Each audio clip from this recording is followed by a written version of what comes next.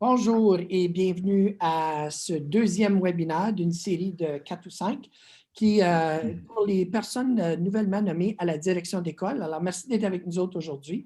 Et aujourd'hui, je vous présente, mon nom c'est Pierre Campeau, je suis responsable de tous les services d'apprentissage pour la DFO. Alors, il nous fait plaisir de vous offrir des webinaires pour augmenter votre capacité et vos compétences comme direction d'école ou direction adjointe. Et je suis très fier de vous présenter notre nouveau président cette année, Jean-Pierre Michaud. Alors, Jean-Pierre, je te laisse prendre la parole. Merci Pierre. Bienvenue à tous les participants et ceux qui visionneront par la suite le webinaire. Très heureux de vous accueillir comme nouveau membre de la direction ou direction adjointe d'une école. J'aimerais remercier l'Institut de leadership qui permet d'avoir des webinaires pour former non seulement les nouvelles directions, mais une série de webinaires qui s'étale sur l'année scolaire. Le prochain webinaire sera le 10 novembre et puis ce sera la présentation des services de l'Institut de leadership, justement. La semaine dernière, il y avait la partie 1 de l'atelier ou du webinaire que vous allez suivre aujourd'hui. Si vous voulez vous y référer, il est disponible sur la chaîne YouTube de la DFO. Donc, je laisse la parole à Denis qui va présenter le programme de conseil professionnel et soutien juridique offert aux membres. Bonjour tout le monde. Donc, pour ceux qui étaient là la dernière fois, je n'ai pas besoin d'introduction, mais si jamais il y a de nouvelles personnes qui se joignaient aujourd'hui, qui n'ont pas eu la chance de visionner la première ou le premier webinaire, je suis responsable et un des deux conseillers du programme de conseil professionnel et de soutien juridique de l'ADFO depuis maintenant tout près de 8 ans. Alors, après avoir passé 38 ans en éducation, ce nouveau défi-là m'est très favorable et surtout très motivant. Je suis un enseignant de droit en formation au niveau secondaire et les 10 dernières années de ma carrière, je les ai passées à la direction d'école à Hawkesbury. Je laisserai Harold se présenter tantôt, mais juste un petit mot, si vous vous souvenez, la dernière fois, on a parlé de gestion de conflits avec des personnes ou des parents difficiles ou des situations difficiles et ceux et celles qui ont eu la chance de participer au webinaire de la dernière fois ou qui le visionneront au cours des prochains jours ou au besoin.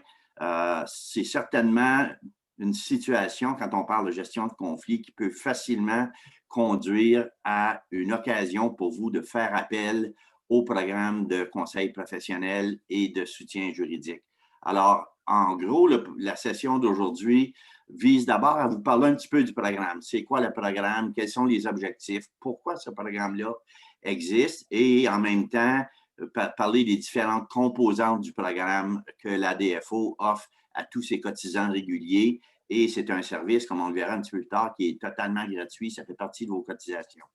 Dans un deuxième temps, on veut sensibiliser dans la deuxième partie du webinaire tous ceux qui auront la chance de le visionner, vous sensibiliser à différents processus auxquels vous pourriez être confronté ou être impliqué à un moment donné dans l'exercice de vos fonctions.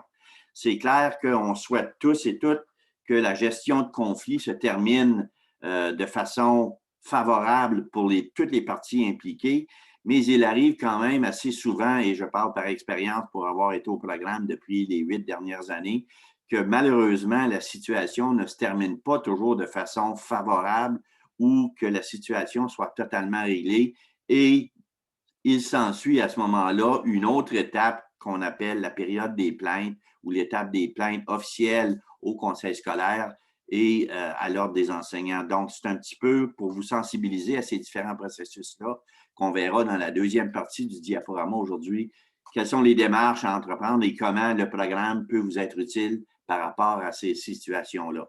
Dans un troisième temps, on veut surtout, en parlant du programme, vous parler de l'importance de faire appel au programme, quels sont les avantages que cela peut vous apporter. C'est clair que quand on est placé dans une situation un petit peu délicate, qui, à certaines occasions, nous amène à remettre en question certaines décisions qu'on a prises, On veut souvent ne pas en parler et étouffer l'affaire. En tout cas, gardez ça entre les quatre murs de notre bureau et vous allez voir pourquoi c'est important et avantageux pour vous de faire appel à ce programme-là et d'en parler. Dans un dernier temps, évidemment, si vous avez des questions, des préoccupations, soit sur le programme ou la présentation du webinaire aujourd'hui, ou sur différents sujets reliés à l'exercice de vos fonctions au train-train quotidien, bien, gênez-vous pas pour les poser et les envoyer. Pierre s'occupera de gérer les questions, soit en intervenant immédiatement pendant une diapositive ou en les gardant pour la fin et on se fera un plaisir de répondre à ces questions-là. Quand on parle du programme de conseil professionnel et de soutien juridique, la statistique que vous voyez à l'écran présentement démontre clairement que personne, j'oserais dire vraiment personne, n'est à l'abri qu'à un certain moment donné, vous deviez ou vous seriez fortement conseillé de faire appel au programme. Donc, depuis les 7 ou 8 dernières années, plus de 500 demandes d'aide ou de dossiers. Certaines fois, c'est le même membre qui se retrouve année après année ou à différentes situations, mais je vous dirais que très souvent, c'est quelque chose qui est une première. Les gens sont inquiets, les gens sont stressés, les gens sont anxieux de savoir quelles sont les prochaines étapes. Et juste pour vous donner un exemple, dans les 2 dernières semaines, déjà en début d'année, on a eu 4 ou 5 demandes nouvelles demandes des personnes qui n'avaient jamais fait appel au programme auparavant. Alors, c'est vraiment une situation qui n'est pas facile, qui est exigeante, qui demande beaucoup de résilience, mais ce qui est important de savoir tout de suite, puis on va le répéter souvent durant la présentation, c'est que votre association est là pour vous et c'est un des éléments importants du mandat de l'association, du plan stratégique qui a été établi quelques années passées. Donc, c'est clair que oui, il se peut qu'à un moment donné, vous soyez placé dans une situation où on aura besoin de se parler et où on aura besoin de vous donner des conseils par rapport aux prochaines étapes. Qu'est-ce que le programme d'aide juridique? Bien, comme je le disais tantôt, c'est un programme qui est gratuit.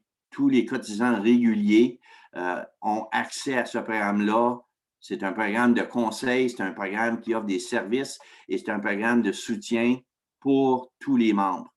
C'est un programme qui est là aussi pour permettre aux membres de se confier, de s'informer et de discuter en toute confidentialité. Souvent, quand on vit ces genres de situations-là, comme je le disais tantôt, on veut en parler au moins de personnes possible. Et si vous saviez à quel point, à chaque fois que j'ai un appel, et je suis certain que Harold pourra confirmer ce que je suis en train de vous dire, souvent, à la fin d'un appel qu'on a avec nos membres, le commentaire qui vient presque automatiquement, c'est de nous dire « Merci, je suis maintenant rassuré ». Donc, c'est important de profiter dans un troisième bouton que vous voyez à l'écran. On a une certaine expérience, on a une certaine expertise. Harold a eu aussi, lui, une longue carrière en éducation. Nous sommes tous les deux à la retraite, donc on peut consacrer 100% de notre temps au programme comme tel. Et c'est clair que lorsque notre compétence, parce qu'on n'a pas du tout la prétention d'être des avocats, même si j'ai enseigné le droit au secondaire pendant 28 ans, je ne suis pas un avocat de formation. Donc, il arrive de temps en temps ou souvent dans certains dossiers où le conseil ou l'aide qu'on doit fournir à notre membre qui se retrouve dans une situation difficile dépasse mes compétences. Et je pense que je me suis toujours fait un mandat, et Harold, depuis qu'il est avec nous, de s'assurer que lorsqu'on ne connaît pas la réponse ou lorsqu'on est conscient qu'on a besoin d'aller à une étape plus loin, nous avons des partenaires juridiques, une firme d'avocats à Ottawa, Gowlings, une firme hautement réputée dans la région d'Ottawa et même mondialement parlant. Et on a aussi la chance d'avoir une super relation avec nos collègues anglophones de OPC et CPCO. Et eux, évidemment, ce sont deux associations qui sont beaucoup plus grosses que les nôtres en termes de membriété.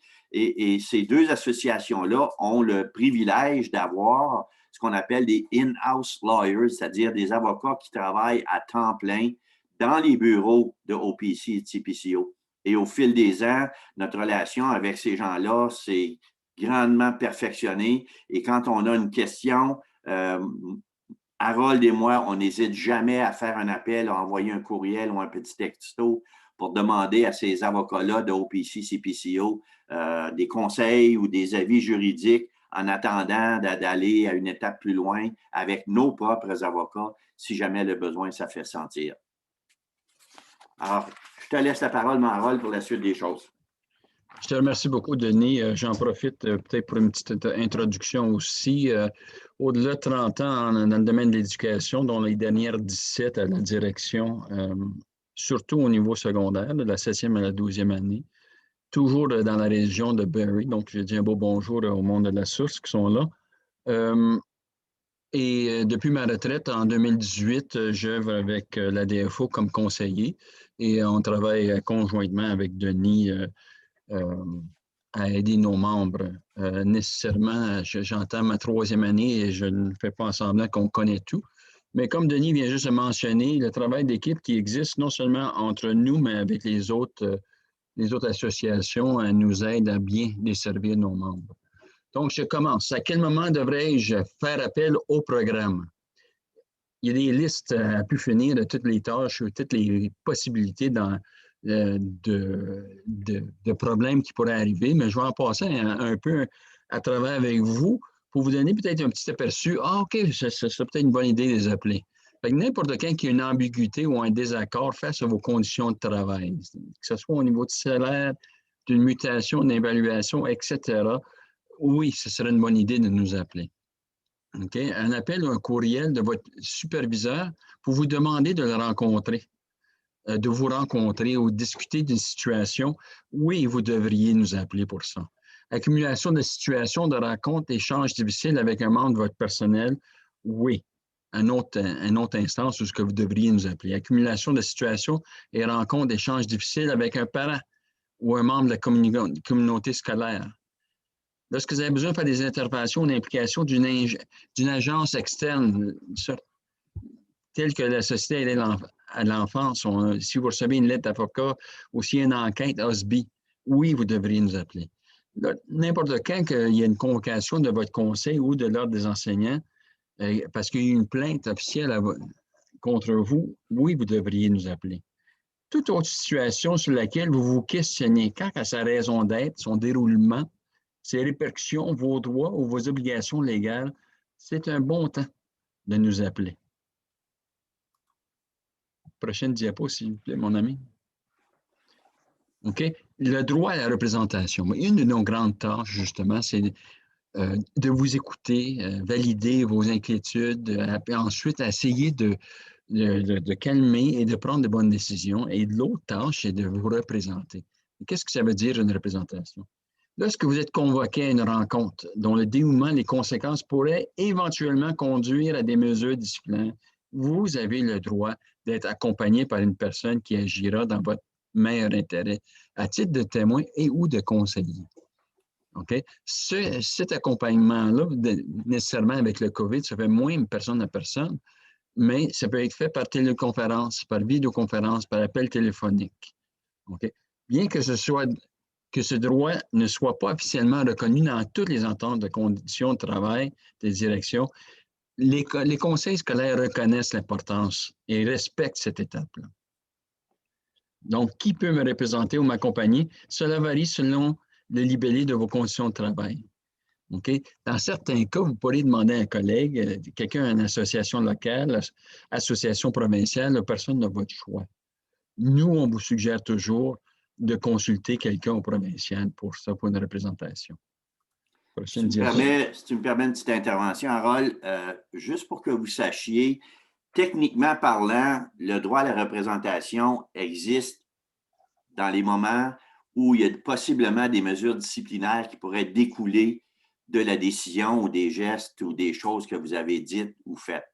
Donc, c'est un petit peu la même chose que le représentant de la AFO lorsque les enseignants ou les membres ou le personnel de soutien est convoqué dans votre bureau. Vous avez une obligation, si ça peut éventuellement conduire à des mesures disciplinaires, de mentionner à cette personne-là qu'elle peut être accompagnée de son représentant. C'est un petit peu la même chose pour les directions et directions adjointes d'école. Au cours des 8 dernières années, de par notre approche au programme, on a réussi à bâtir un lien de confiance assez important avec les conseils scolaires. Il ne faut pas oublier que la grande majorité, sinon la totalité des personnes qui sont surintendantes dans vos conseils scolaires ou qui sont directeurs ou directrices de l'éducation de vos conseils scolaires, ce sont des anciennes directions.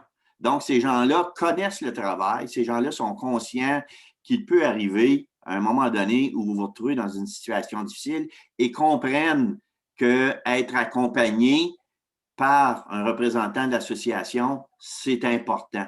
Et nous, notre approche, sans vouloir porter préjudice aux syndicats, ce n'est pas une approche de confrontation ou une approche syndicale, radicale, où on bat férocement, on défend les droits de nos accusés, mais notre intervention en est une basée sur la collaboration, parce que c'est dans l'intérêt des deux parties que la situation se règle.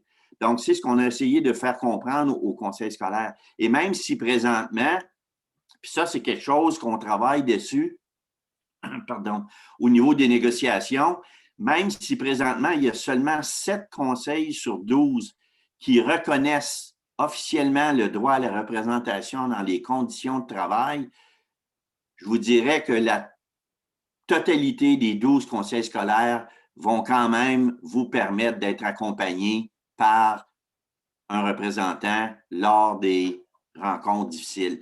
Là où il y a peut-être une nuance importante par rapport aux 5 conseils, c'est que souvent, on veut avoir un collègue à la direction, mais vous allez voir tantôt pourquoi nous, on recommande d'avoir quelqu'un du provincial. Il y a plusieurs raisons et à ce moment-là, c'est important de comprendre que même si on vous demande d'en parler à un collègue, appelez-nous et nous, on se fera un devoir de prendre les contacts nécessaires ou de vous donner certains conseils pour dire que ce serait préférable que vous fassiez appel à quelqu'un du programme, soit à Harold ou à moi, plutôt qu'à un collègue ou une personne de votre choix. Ce qu'il faut savoir également, c'est qu'en plus du droit à la représentation, dans 9 des 12 conseils scolaires présentement, il y a une clause qui protège les directions et directions adjointes d'école contre certaines décisions qui pourraient être prises dans l'exercice normal de leur fonction. C'est soit dans le cadre d'une assurance responsabilité civile ou dans le cadre d'une clause dans vos conditions de travail qui s'appelle indemnisation. Alors, si vous avez accès à vos conditions de travail, allez voir s'il y a une clause indemnisation et vous allez voir qu'au point de départ, si vous êtes impliqué dans une situation difficile, c'est l'obligation de l'employeur d'assurer votre protection, votre représentation juridique. Mais malgré ça, si on retourne à la liste que Harold vous donnait tantôt sur à quel moment donné je peux faire appel au programme, c'est vraiment important, même si la responsabilité première repose sur votre conseil scolaire, c'est vraiment important de nous appeler et de nous parler. Et si on n'a pas d'affaires là pour le moment, si on n'a pas raison d'intervenir, on va vous le dire, mais si jamais la situation se complique, à un moment donné, on doit intervenir, bien pour nous, c'est important d'avoir été conscientisé ou d'avoir été au courant de votre situation depuis le début de la situation pour qu'au moment où on intervient, on n'a pas à faire un rappel sur tout ce qui a été fait avant. Alors, c'est important de comprendre ça. Merci, Denis. Nécessairement, juste pour enchérir un peu ce que tu disais, les conseils scolaires et toutes les personnes avec qui on travaille en ressources humaines, des conseils, sont toujours très ouverts à notre participation parce qu'ils ont toutes la même chose en tête, c'est la résolution du problème qui existe entre les membres de leur conseil, que ce soit la direction avec un membre du personnel, etc. Donc, on est toujours très bien accueillis. Pourquoi en parler? J'aimerais mieux garder ça privé. C'est certain que lorsqu'on fait des erreurs, on ne veut pas que tout le monde le sache, mais je vais vous expliquer pourquoi ce serait important. Vous s'assurer d'être en pleine connaissance de la raison d'être, de la démarche et des conséquences possibles de la situation. Aussitôt qu'on a un membre qui nous appelle pour nous dire que voici ce qui est arrivé, voici dans quel pétrin que je pense que je suis, nous, on commence immédiatement à communiquer avec eux le processus de la résolution. Donc, voici ce qui va arriver. Tu vas avoir une rencontre avec ci, puis on commence à énumérer les prochaines étapes. Et c'est pour ça qu'ils se sentent tellement soulagés à la fin. Souvent, l'autre partie sera accompagnée par son représentant syndical ou un autre témoin. Nous, quand on y va, et qu'on vous représente, nécessairement, ça donne une image d'équilibrer des forces. Et aussi pour profiter d'une présence physique, d'un soutien moral avant, pendant et après la rencontre. Puis, justement, je mets beaucoup d'accent sur l'avant et l'après la rencontre, parce que avant, c'est préparer, voir comment vos notes sont, voir quelles sont les allégations, comment est-ce que c'est une bonne façon de répondre. Puis après, on fait un retour pour s'assurer que notre membre est à l'aise, est calme. On les encourage de comment bien ils ont performé. Puis après ça, on partage le processus qui revient. OK? Nécessairement, on est là, puis on demande des pauses, des conseils. Souvent, on va prendre des notes aussi. Maintenant, Denis a fait allusion, pourquoi est-ce qu'on devrait choisir le programme de conseil professionnel au soutien juridique, il veut dire Denis ou moi? Denis a mentionné, les deux, on est à la retraite, ça fait qu'on est toujours disponible. Alors qu'un collègue, lui encore, c'est toutes ses tâches à la direction, en plus d'essayer de gérer ou vous aider à gérer une situation. On fait une communication continue avec vous et aussi, nous, vous pouvez vous assurer que ça va être confidentiel. Lorsque vous partagez avec un autre membre, un collègue, on espère que c'est confidentiel, mais ce n'est pas assuré. On est seulement, peut-être que si vous parlez avec un autre membre du conseil, un membre de la direction dans votre même conseil, peut-être qu'il va y avoir un conflit d'intérêt. Okay? Nécessairement, Denis a fait allusion à notre expérience, notre objectivité. L'expertise, il a mentionné que non seulement qu'on peut aller puiser nos propres ressources à nous, mais on peut aller puiser à des autres associations, ainsi que l'aide juridique. Okay? Les ressources, j'en ai parlé, le réseau de contacts est très élargi. Okay? Et nous, on s'assure de faire un suivi du dossier du moment où on reçoit votre premier appel jusqu'à la résolution. Donc, c'est un suivi continu à ce niveau-là. La deuxième partie, je vous le mentionnais en introduction, on veut vous présenter deux exemples de démarches ou de procédures auxquelles une situation de conflit ou une décision que vous avez prise ou un geste que vous avez posé pourrait donner lieu. C'est clair que le but des prochaines diapositives n'est certainement pas de vous faire peur. Ce n'est pas là le but de la présentation. Le but de la présentation, c'est bien de vous informer, que vous ayez une idée si au cours des prochaines semaines, prochains mois, prochaines années, vous êtes confronté à une situation où le conseil vous appelle et vous dit qu'il y a eu une plainte de harcèlement qui a été déposée contre vous par un membre de votre personnel d'enseignant ou personnel de soutien, ou si la situation est encore plus importante et que vous recevez une lettre de l'Ordre des enseignantes et enseignants de l'Ontario pour vous aviser que la plainte a été déposée non seulement au conseil scolaire, mais qu'elle est maintenant rendue à l'Ordre des enseignantes et des enseignants de l'Ontario.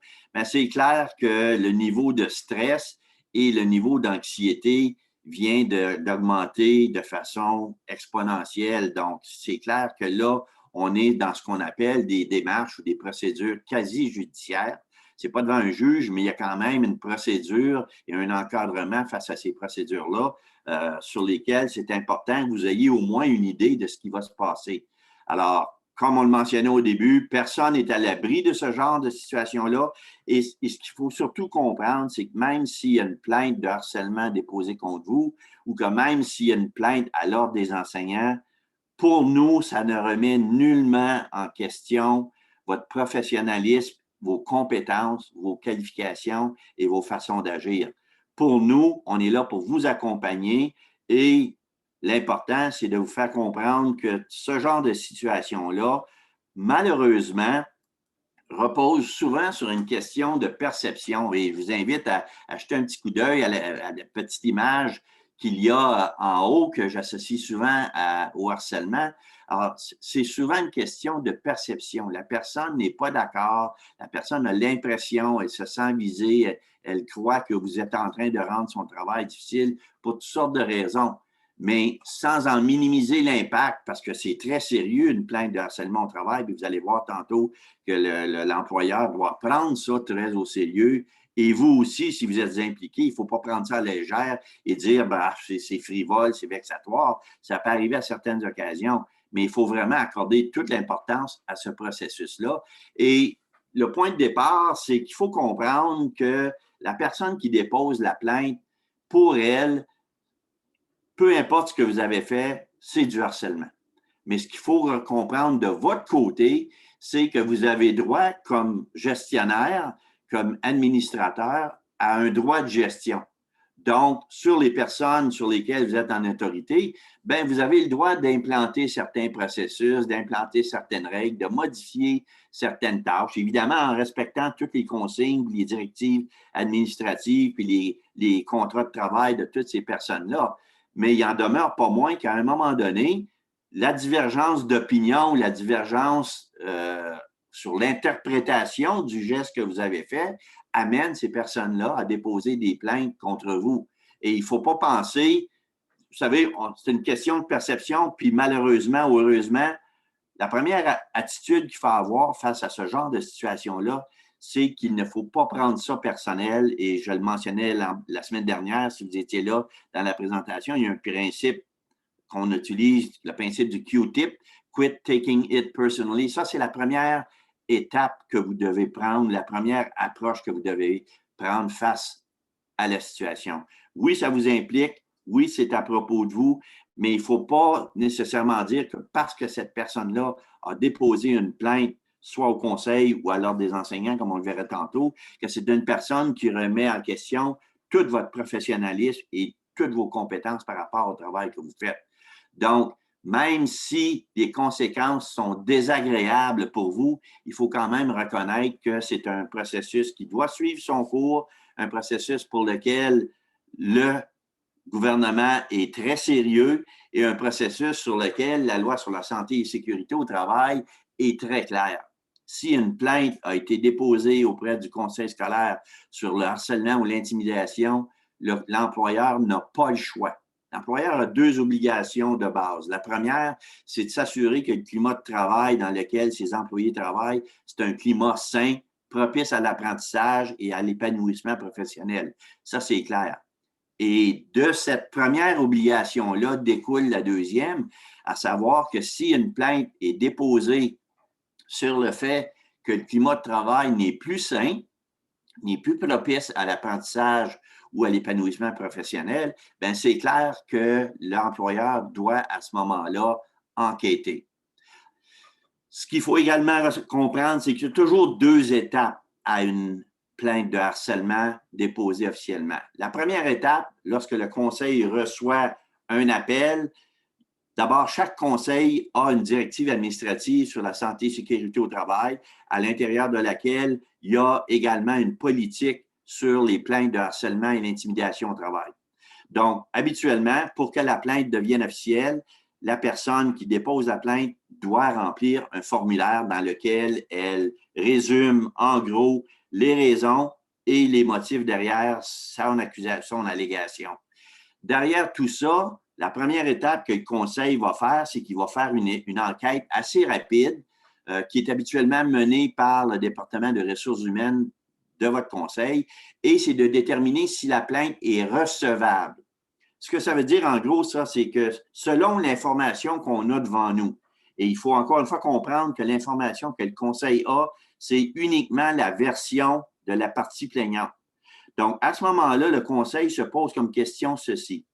Si jamais l'histoire de la personne qui dépose la plainte est vraie, si tout ce qui est écrit dans la plainte là, est vrai, est-ce que ces actions, ces gestes, ces paroles, ces comportements-là répondent à la définition du harcèlement au travail selon notre politique, selon la loi sur la santé et sécurité au travail de l'Ontario? Si la réponse à ça est oui, et encore là, on n'est pas en train de dire si la personne dit la vérité ou si les choses se sont réellement produites. On fait juste dire, si c'était vrai, est-ce que ça répond aux critères? Si la réponse est oui, à ce moment-là, la plainte est recevable et on doit passer à la deuxième étape qui est de déterminer, maintenant qu'on sait que ça pourrait être du harcèlement, là maintenant, on doit avoir une enquête formelle qui, de plus en plus, est menée par une partie totalement indépendante du conseil. On fait appel à des firmes d'avocats spécialisés dans les relations de travail.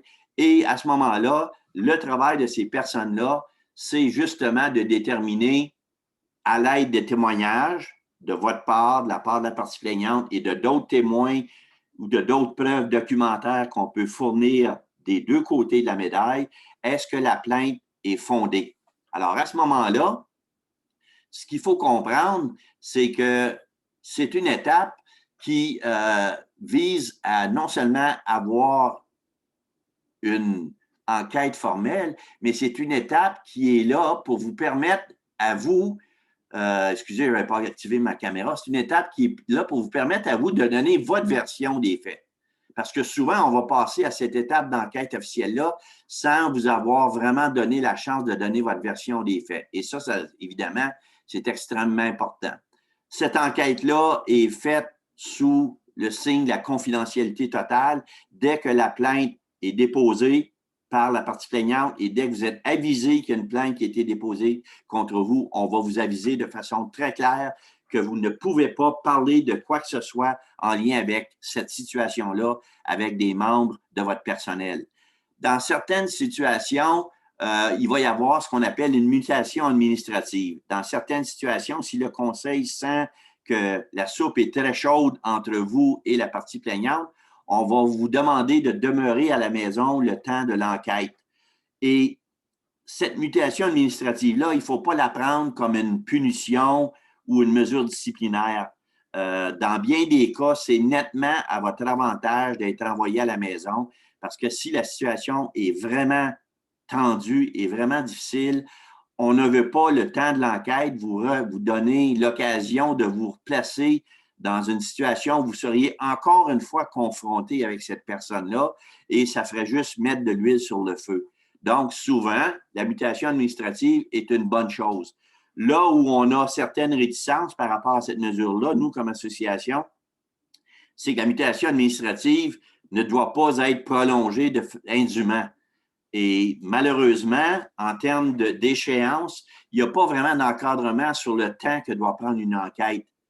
Donc, ça peut prendre quelques semaines et j'ai vu malheureusement des situations où ça a été très long. Et évidemment, on essaie d'intervenir pour accélérer le processus parce que c'est vraiment pas agréable d'être à la maison. On sait que quand on est à la maison, les gens se posent des questions, la machine à rumeurs s'enclenche et là, une histoire prend beaucoup plus d'ampleur qu'elle ne devait l'avoir. Donc, à ce moment-là, la mutation administrative, il faut la comprendre, il faut l'accepter et il faut prendre en considération que c'est une étape qui est là pour assurer l'objectivité la plus complète à l'enquête, pour pas que les gens qui sont impliqués dans la situation se parlent ou se consultent ou se retrouvent dans des situations pour rendre la situation encore plus difficile. À la fin de l'enquête, l'enquêteur ou la personne qui a mené l'enquête doit déterminer, comme je le disais tantôt, est-ce que la plainte est fondée? En d'autres mots, est-ce qu'effectivement, il y a eu du harcèlement ou de l'intimidation? Il faut comprendre que dans une plainte de harcèlement ou d'intimidation au travail, le fardeau de la preuve repose sur la partie plaignante. Donc, la personne qui a déposé la plainte, c'est elle qui doit démontrer qu'il y a effectivement eu du harcèlement ou de l'intimidation de la part de la personne qui est mise en cause, qui serait dans ce cas-là la personne à la direction.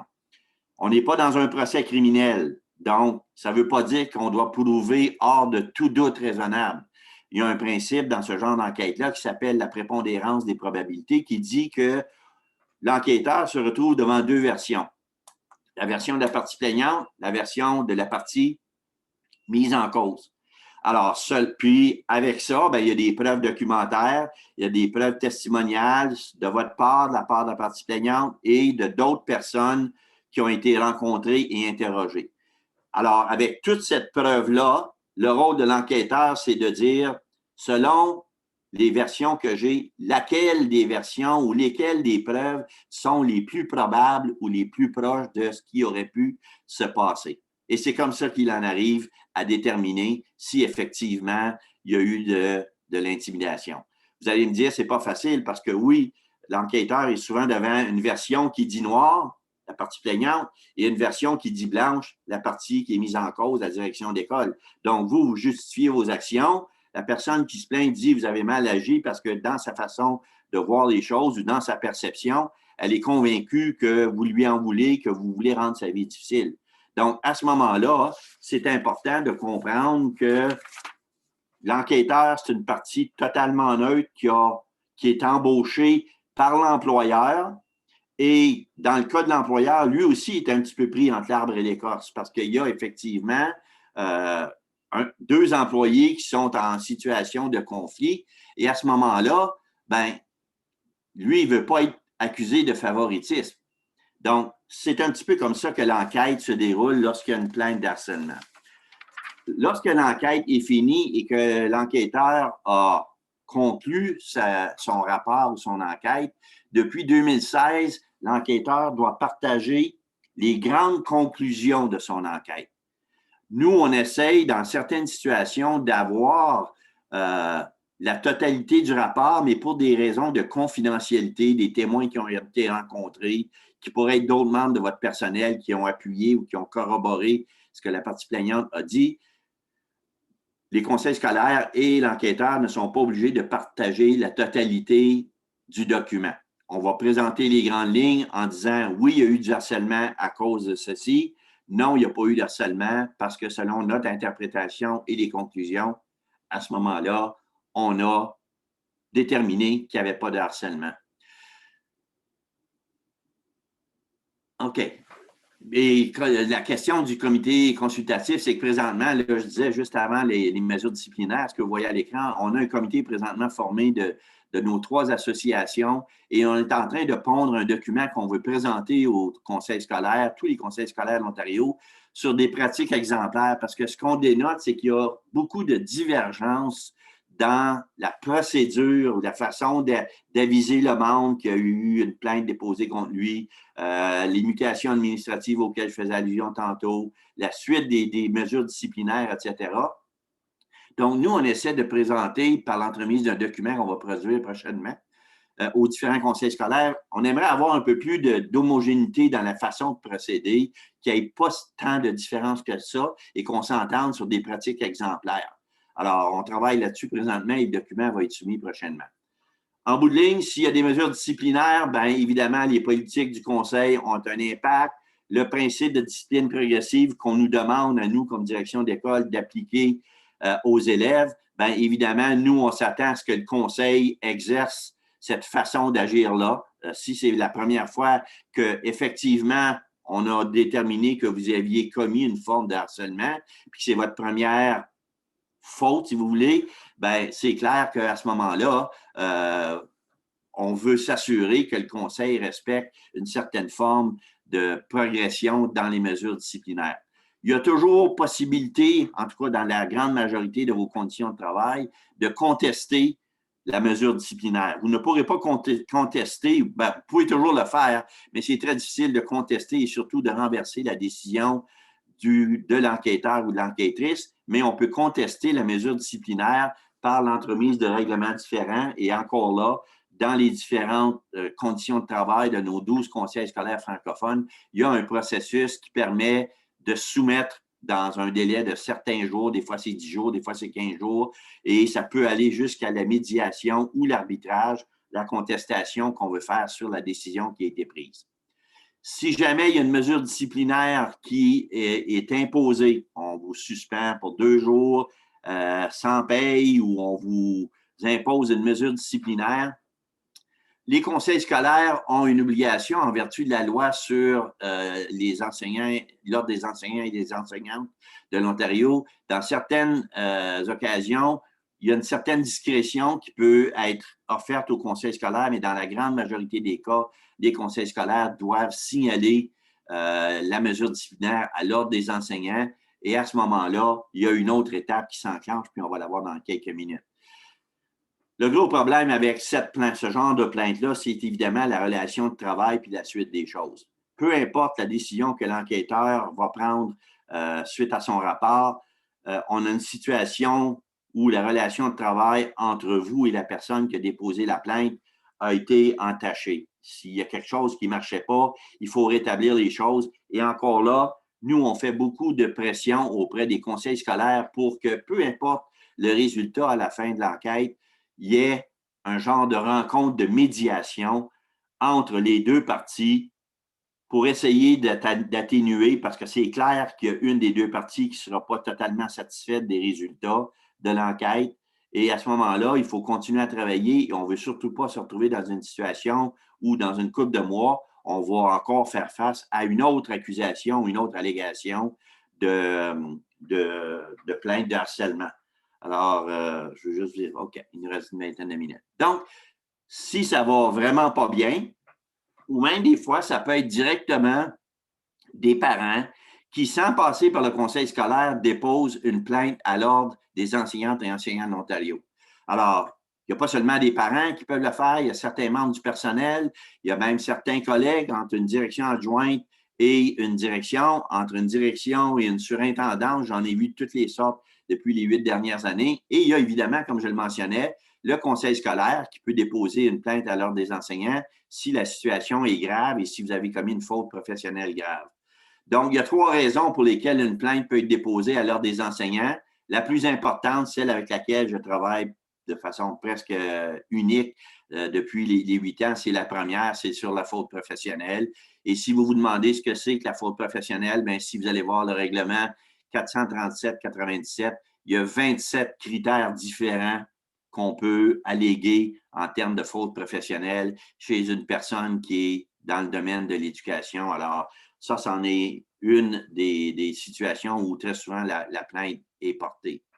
Donc, qu'est-ce que l'Ordre des enseignants doit faire? Bien, c'est un petit peu le même processus que le conseil scolaire avec son enquête indépendante. C'est déterminer dans un premier temps si la plainte est recevable, est-ce qu'il y a vraiment une faute de professionnel. Et on sait que le mandat principal de l'Ordre des enseignants, c'est d'assurer l'intérêt public. Donc, si, selon l'Ordre des enseignants, ce qui s'est passé ou le geste qui a été commis, soit par un enseignant ou une direction d'école, bien, si c'est dans l'intérêt public de pousser l'enquête plus loin, on va entamer à ce moment-là une enquête officielle en bonne et due forme. Et si, selon l'Ordre des enseignants, ce qui a été fait au niveau du conseil scolaire est suffisant comme mesure disciplinaire, on va tout simplement arrêter le processus à ce moment-là. Donc, vous allez recevoir une lettre vous indiquant qu'il y a une plainte qui a été déposée à l'Ordre des enseignants. Vous allez recevoir probablement une enveloppe assez volumineuse parce que dans l'enveloppe, il va y avoir la plainte officielle et tous les documents que la partie plaignante et que le conseil scolaire ont fournis. Et on va vous donner habituellement de 30 à 60 jours pour répondre par écrit à ces allégations. Et là, on joue un rôle vraiment important parce que pour le moment, c'est moi qui réponds à ces allégations-là. C'est la préparation d'un document qui est assez important. On parle souvent de 20-25 pages parce que si moi, je reçois comme vous 150, 200 pages de photocopies de preuves qui ont été soumises par l'autre partie, bien, on ne peut pas répondre juste dans une lettre puis dire que la direction n'a rien fait de mal. Donc, il faut rédiger un document en bonne et due forme qui est volumineux, qui prend beaucoup de temps, mais comme on le mentionnait tantôt, on est disponible, on est là pour venir en aide aux personnes qui en ont besoin et on va se faire un plaisir en se parlant souvent, en s'écrivant souvent, de rédiger un document. On le fait relire par nos avocats, on le fait relire également par vous pour s'assurer que ce qu'on est en train de présenter comme défense aux allégations est vraiment ce qui s'est passé. Et en toute modestie, je dois vous dire que notre moyenne au bâton est très bonne, autant au niveau des plaintes du conseil qu'au niveau des plaintes à l'Ordre des enseignants. Je vous dirais qu'on a un taux de, je vais appeler ça un taux de réussite, là, mais on a un taux de réussite de 95% facilement dans tous les dossiers qu'on a à traiter, soit au niveau du conseil en termes de plaintes d'harcèlement ou au niveau de plaintes officielles à l'Ordre des enseignants. Donc, je pense que d'un côté, ça veut dire qu'on fait bien notre travail, mais ça veut aussi dire que vous avez bien fait votre travail, que vous étiez documenté, que vous avez suivi les étapes, que vous avez respecté les étapes. Et à ce moment-là, en travaillant ensemble puis en rédigeant le document, ben, on réussit à avoir des conclusions qui sont favorables. La seule chose avec il y a des fois ce qu'on appelle un règlement à l'amiable. C'est un processus qui est optionnel et discrétionnaire selon l'Ordre des enseignants qui permet d'éviter l'enquête officielle et d'avoir un genre d'entente à l'amiable entre la partie qui a déposé la plainte et la partie qui fait face ou la partie qui est mise en cause. C'est une étape qui est optionnelle. on peut accepter, l'Ordre des enseignants peut nous dire que le parent serait peut-être prêt à régler une entente à l'amiable. On peut embarquer dans le processus.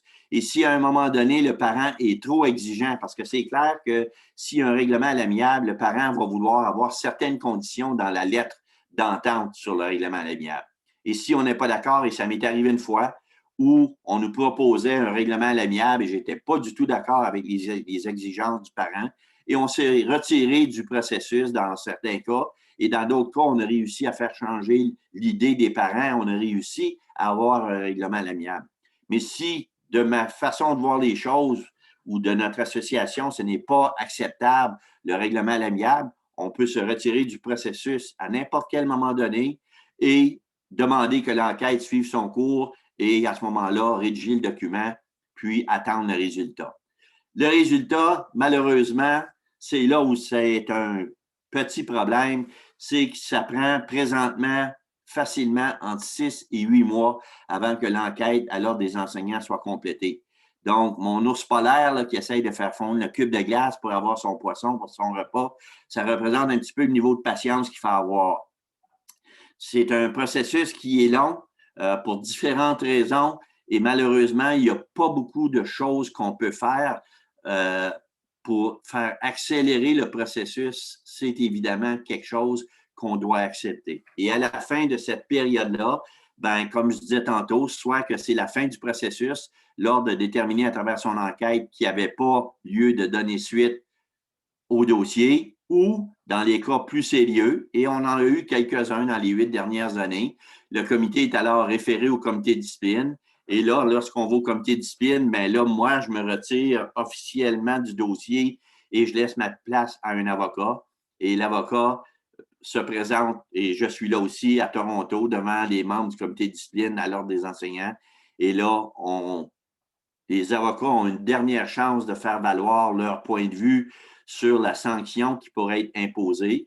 Et la variété des sanctions, vous la voyez à l'écran. À l'écran, ça peut être à partir d'un simple avertissement jusqu'à une suspension, une révocation du certificat. Donc, évidemment, avec sanction, on associe les pages bleues du magazine Parler Profession que vous recevez mensuellement ou vous allez fureter sur Internet. Donc, c'est ce genre de situation-là qui se présente lorsqu'on fait affaire à l'Ordre des enseignants. Mais comme je vous disais tantôt, notre moyenne au bâton est très bon.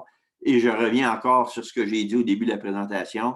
Personne n'est à l'abri de ça. Et c'est pour ça que c'est important de faire appel à nos services pour vous rassurer, pour vous accompagner, pour vous aider à établir et à mettre sur pied une défense qui est vraiment professionnelle et qui est basée sur votre compétences, vos décisions, vos comportements qui ont respecté toutes les étapes. Harold? Absolument. Écoutez, je réalise que le contenu de la présentation d'aujourd'hui peut être un peu lourd.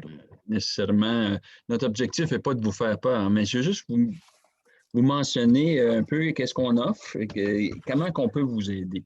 Nécessairement, Denis a dit qu'une personne est à l'abri. Si ça vous arrive, courage, faites preuve de résilience. J'aime bien la photo qui a été choisie, là. Et il ne faut pas abandonner. Et surtout, appelez-nous. Appelez-nous, communiquez avec soit Denis, soit avec moi, soit avec Fred, le DG. Appelez-nous et nous, on va vous offrir rapidement des conseils qui vont vous aider sur le champ pour gérer cette situation-là. Vous voyez très bien à l'écran que nos coordonnées sont là.